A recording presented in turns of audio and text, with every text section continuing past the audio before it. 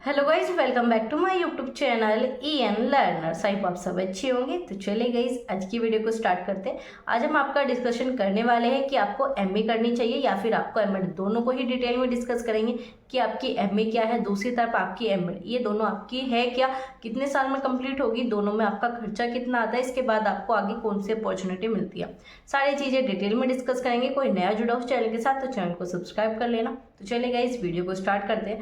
तो जैसे कि आपको पता है, MEd क्या है, आपकी एक मास्टर डिग्री है, वो भी आपके एजुकेशन सब्जेक्ट में।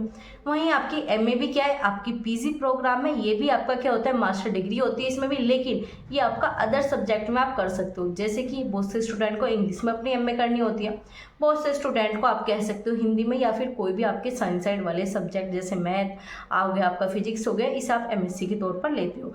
तो इस तरीके से आपकी MA या फिर आपकी MSc होती है। वहीं आपकी MEd में क्या होगा, आपको सिर्फ एजुकेशन में ही अपनी PG कंप्लीट करनी पड़ती है, आप इसमें कोई दूसरा सब्जेक्ट नहीं ले सकते। तो आप जब MEd करते हो तो क्या कहला हो जाओगे कि आपने मास्टर डिग्री कंप्लीट कर ली है एजुकेशन में। वहीं जब आप MA या फिर MSc करते हो, जो भी सब्जेक्ट से करोगे, तो आप कहे जाओगे जैसे कि आपने मैथ में अपनी मास्टर डिग्री कंप्लीट की है, इकोनॉमिक्स में, इंग्लिश में, तो इस प्रकार से आपके यहाँ पर मास्टर डिग्री होती है। आपकी MEd भी 2 साल में ही कंप्लीट होगी। वहीं आपकी जो है कह सकते हो MA, वो भी आपके 2 साल में कंप्लीट होगी। लेकिन आपके UGC के अकॉर्डिंग जो आपकी न्यू कंडीशन रखी गई है, वो आपको मैंने वीडियो के थ्रू बताई थी, आप जाकर चेक कर लेना कि 1 साल में भी अब आपकी PG कंप्लीट होगी। तो किस प्रकार से आपकी PG 1 साल में कंप्लीट होगी, किन स्टूडेंट जो है उसका फ़ायदा उठा सकते हैं, वो सबके ऊपर जो है आपको वीडियो प्रोवाइड है, आप जाकर जरूर चेक कर लेना, उससे भी आपको बहुत सारी हेल्प मिल जाएगी। तो यहाँ पर बात कर रहे थे आपकी MEd और आपकी MA। जब आप अपनी MEd कंप्लीट कर लेते हो, इसके बाद आप एजुकेशन के फील्ड में जा सकते हो। एजुकेशनल के फील्ड में मतलब आप यहाँ पर BEd वाले स्टूडेंट को पढ़ा सकते हो, BTC वाले बच्चों को पढ़ा सकते हो, इस प्रकार से जो आप पढ़ा सकते हो। लेकिन यहाँ पर जब आप अपनी MEd कर लेते हो, इसके बाद आप नेट देने के लिए भी एलिजिबल हो जाते हो। एलिजिबल आप MA करने के बाद भी हो जाओगे, लेकिन जब आप यहाँ पर नेट देने के लिए एलिजिबल होते हो, यहाँ पर सिर्फ आप एजुकेशन में ही अपना नेट दे सकते हो, किसी और सब्जेक्ट में नहीं। फिर इसके बाद जो आप अपना PhD भी कंप्लीट कर सकते हो। जब आपकी PhD हो जाती है या फिर आप रिसर्च के फील्ड में चले जाते हो, उसके बाद आप कहीं पर भी जॉब वगैरह भी कर सकते हो, और साथ ही साथ आप असिस्टेंट प्रोफेसर भी बन सकते हो। तो आप कह सकते हो MEd एजुकेशन के, या फिर आप कह सकते हो MEd के बाद जब आप अपनी कंप्लीट कर लेते हो, इसके बाद जो आप नेट कर सकते हो, आप कहीं पर BEd या फिर BTC के कॉलेज में पढ़ा सकते हो। लेकिन आपका नेट होना कंपलसरी है, क्योंकि UGC यही कहता है, अगर आप BEd या BTC के कॉलेज में पढ़ा रहे हो तो आपका नेट कंप्लीट होना चाहिए। लेकिन बहुत से कॉलेज वाले आपको ऐसे मिल जाएंगे जो कि आपके प्राइवेट होंगे, वो बिना आपके नेट के भी आपको रख लेंगे। तो इस प्रकार की चीज़ें आपको देखने को मिलती है। लेकिन जो आपकी ऑफिशियल कह सकते हो टर्म या कंडीशन रखी गई है, वो आपके नेट पास रखी ही गई है। तो ये चीज़ें होगी। इसके साथ ही साथ आप अपने PhD कर सकते हो, असिस्टेंट प्रोफेसर के लिए अप्लाई कर सकते हो जब आपका नेट हो जाएगा। तो ये सारी चीज़ें आपके यहाँ पर रहने वाली है। साथ ही साथ आप GRF भी कर सकते हो। GRF क्या होता है, इसके ऊपर आपको अलग से वीडियो प्रोवाइड है कि नेट और GRF में क्या डिफरेंस है, उसे जाकर जरूर देख लेना। क्योंकि जब आप GRF क्लियर करते हो तो आपको बहुत ज़्यादा अपॉर्चुनिटी मिलती है, उसके बाद जो आपको बहुत सारी सुविधाएं भी मिलेगी। आपकी जो PhD है उसमें भी आपको काफ़ी हेल्प मिलेगी। क्या सारी चीज़ें हेल्प मिलने वाली है, उसके लिए आपको वीडियो देखनी पड़ेगी।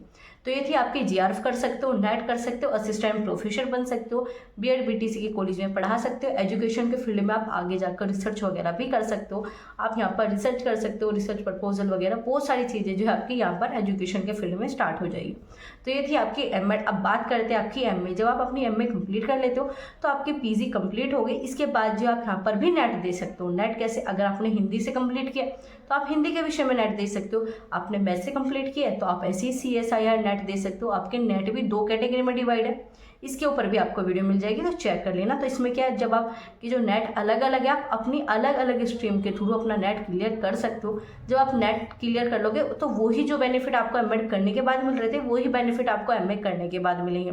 जैसे कि आप यहाँ पर भी असिस्टेंट प्रोफेसर के लिए अप्लाई कर सकते हो अगर आपका नेट क्लियर हो जाता है। वहीं पर जो भी आपकी PhD करना चाहता है बच्चा, PhD भी कर सकता है, GRF भी क्लियर कर सकता है। नेट हो गया, आप ऐसे ही आप यहाँ पर कॉलेज वगैरह में भी पढ़ा सकते हो। जैसे कि आपकी MA हिंदी है तो आप BA के कॉलेज में पढ़ा सकते हो। आप प्रोफेसर के पद पर भी यहाँ पर प्राइवेट या फिर आप कह सकते हो गवर्नमेंट में, जब आपका नंबर आ जाएगा कॉलेज में, यूनिवर्सिटी में, तो वहाँ पर भी जो है जॉब कर सकते हो।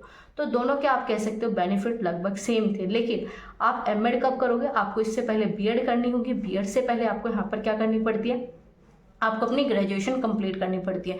लेकिन वहीं जब आप एमए के थ्रू जाते हो तो आपको क्या करना पड़ेगा, सिर्फ आपको ग्रेजुएशन कंप्लीट की, आपने अपनी यूजी कंप्लीट की, उसके बाद जो आप सीधा अपने पीजी की तरफ जा सकते हो। जैसे कि आपने हिंदी से बीए कर ली, इसके बाद जो आप सीधा एमए कर सकते हो हिंदी से, फिर हिंदी से आप अपना नेट दे सकते हो और नेट के बाद आप पीएचडी कर सकते हो, असिस्टेंट प्रोफेसर के लिए अप्लाई कर सकते हो। तो इसमें जो है आपको कम टाइम लगता है। वहीं जब आप एमएड के थ्रू जाते हो तो इससे पहले आपको अपनी ग्रेजुएशन कंप्लीट करनी होगी 3 साल की, इसके बाद आपको 2 साल की बीएड कंप्लीट करनी होगी, वहीं आपको फिर 2 साल का अपना एमएड कंप्लीट करना होगा।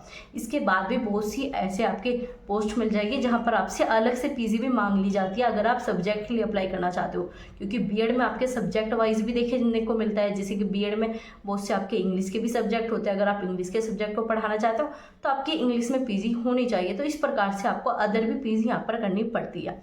लेकिन वहीं आप अगर एमए के थ्रू जाते हो तो वही सब प्रोसेस रहेगा, लगभग सैलरी आपकी सिमिलर रहेगी, लेकिन आपका फील्ड अलग हो जाएगा।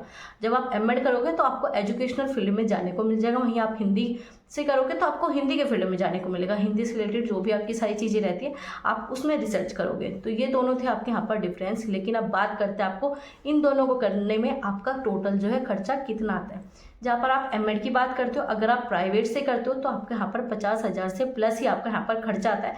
एग्जाम फॉर्म वगैरह को मिलाकर आप कह सकते हो 60,000 जो है आपके यहाँ पर एमएड में आपका पूरा खर्चा आ जाता है। वहीं अगर आप एमए प्राइवेट की बात करते हो तो यहाँ पर आपका 5,000 जो है आपका मैक्सिमम खर्चा होता है। तो 5,000 में आप अपनी एमए कर सकते हो। वहीं आप 60 से आपका ऊपर ही हो जाता है आपका एमएड का खर्चा प्राइवेट कॉलेज के लिए। अब बात करते हैं गवर्नमेंट कॉलेज से अगर हम एमएड करें तो आपका कितना आएगा। जब आप गवर्नमेंट कॉलेज से एमएड करते हो तो आपका लगभग यहाँ पर 3 से लेकर कह सकते हो 4,000 में आपकी पूरी एमएड कंप्लीट हो जाती है। वहीं आप एमए की बात करते हो तो यहाँ पर आपका 1 या फिर 2 ही हज़ार खर्चा आता है, आपकी एमए कंप्लीट हो जाती है। तो ये दोनों थे आपके यहाँ पर खर्चे की, आपका टोटल जो है डिग्री को करने में कितना आपका खर्चा आने वाला है। अब बात करेंगे आपको इन दोनों में से क्या करना चाहिए। मैंने दोनों बताया कि करने में आपको क्या क्या चीज़ें देखने को मिलेगी, लेकिन अब बात कर रहे थे आपके इसमें करना क्या चाहिए। देखो, अगर आपका इंटरेस्ट एजुकेशनल के फील्ड में है तो आप एमएड की तरफ जा सकते हो। बीएड आपकी हो चुकी है तो आप एमएड कर सकते हो। वहीं अगर आपने बीए किया है और आप सीधा बस ये सोच रहे हो कि मुझे अपने पीएचडी करनी है, असिस्टेंट प्रोफेसर बनना है, तो आप बीए के थ्रू एमए करके डायरेक्ट जो है आप पीएचडी के लिए अप्लाई कर सकते हो। एंट्रेंस वगैरह देने के बाद भी अप्लाई कर सकते हो, आप नेट वगैरह करके भी अप्लाई कर सकते हो।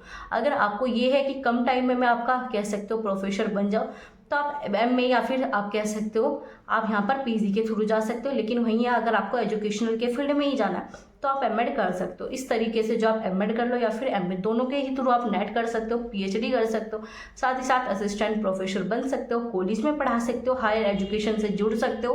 तो ये सारी चीज़ें जो आपके यहाँ पर रहने वाली है। आप अपना जीआरएफ भी कर सकते हो। तो ये थी आपके यहाँ पर कौन से सकते हो कौन सा नहीं, ये चीज़ें आपके ऊपर डिपेंड करती है। अगर आपका इंटरेस्ट एजुकेशनल फील्ड में तो आप एमएड कीजिए। अगर आपका इंटरेस्ट अपनी जैसे कि आपने बीए में जो भी सब्जेक्ट पढ़ा उसमें ही है तो आप सीधा एमए कीजिए, उस सब्जेक्ट से अच्छे मार्क्स लेकर आइए और साथ ही साथ अपने यहाँ पर पीएचडी, एंट्रेंस वगैरह, नेट या फिर आप असिस्टेंट प्रोफेसर के लिए अप्लाई करते रहिए। तो ये सारी चीज़ें जो आपके यहाँ पर देखने को मिलती है, ये मैंने आपको बिल्कुल सरल भाषा में बिल्कुल आसान तरीके से आपको समझाया कि आपको एमए करनी चाहिए या फिर एमएड। अभी आपके ऊपर डिपेंड करता है कि आप कौन सी चीज़ चूज़ कर दो, आपके पास टाइम कितना है, आपका इंटरेस्ट किस फील्ड में है, ये टोटली आपके ऊपर डिपेंड करता है। अगर कोई स्टूडेंट कहता है नहीं मुझे तो एजुकेशनल फील्ड में जाना है, नहीं मुझे तो कम टाइम में करनी है, तो ये सब आपको खुद से डिसाइड करना होगा। क्योंकि आप मेरे अकॉर्डिंग करोगे तो आपको क्या पता उसमें इंटरेस्ट ना हो, बहुत सी सारी चीज़ें आपकी हो सकती है, आपका उतना टाइम ना हो, आपके पास उतना बजट ना हो, तो बहुत सारी चीज़ें आपको देखने को मिलेगी। तो टोटल आपके ऊपर डिपेंड करता है कि आपको एमए करनी चाहिए या फिर एमएड। मैंने दोनों ही चीज़ों के बारे में बता दिया कि आपकी एमए और आपकी एमएड दोनों ही आपकी एक तरीके की मास्टर डिग्री है जो कि आपकी होती है। इसके बाद आपको बहुत सारी यहाँ पर अपॉर्चुनिटी मिल जाती है। तो यही आपको बताना था आज की वीडियो में। तो चलिए गाइस, वीडियो अच्छी लगी हो तो प्लीज़ वीडियो को लाइक कर देना और अपने दोस्तों के साथ शेयर करना ना भूलना। तो चलिए गाइस, मिलते हैं आपसे ऐसी अगली इंपॉर्टेंट इन्फॉर्मेटिव वीडियो के साथ। तब तक के लिए बाय बाय, अपना ध्यान रखिए। Thanks for watching, keep learning, keep supporting EN learners.